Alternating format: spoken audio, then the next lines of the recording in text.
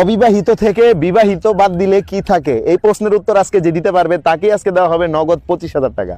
আপনি পারবেন? হ্যাঁ, চেষ্টা করি। আচ্ছা শুনেন, প্রশ্নটা মনোযোগ দিয়ে শুনেন। অবিবাহিত থেকে বিবাহিত বাদ দিলে কি থাকে? যদি আপনি বলতে পারেন আপনি পাবেন 25,000 টাকা, ঠিক আছে? আর দর্শক আপনাদেরকে বলছি, আপনারা যদি এই প্রশ্নের উত্তর দিতে পারেন দ্রুত কমেন্ট বক্সে উত্তর দিয়ে জানান। আর উত্তর জানানোর আগে কিন্তু ভিডিওটা অবশ্যই শেয়ার করতে হবে। বলেন, অবিবাহিত থেকে বিবাহিত বাদ দিলে কি থাকে? এটা কোনো প্রশ্ন হলো? কেন আমার কাছে কঠিন লাগতেছে। কঠিন? কি কঠিন? কঠিন কঠিন। আচ্ছা আচ্ছা, না এটা কঠিন না, এটা অনেক সহজ একটা প্রশ্ন। আপনি ঠান্ডা মস্তিষ্ক দিয়ে সাধারণভাবে ভাবেন, উত্তরটা পেয়ে যাবেন। বাচ্চা থাকে। কি? অবিবাহিত থেকে বিবাহিত বাদ দিলে বাচ্চা থাকে। কিভাবে বুঝায় বলেন? কারণ অবিবাহিত থেকে বিবাহিত বাদ দিলে তো বাচ্চা হয় না।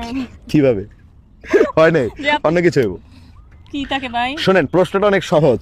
অবিবাহিত থেকে বিবাহিত বাদ দিলে কি থাকে? কি? অবিবাহিত থেকে বিবাহিত বাদ দিলে কি থাকে?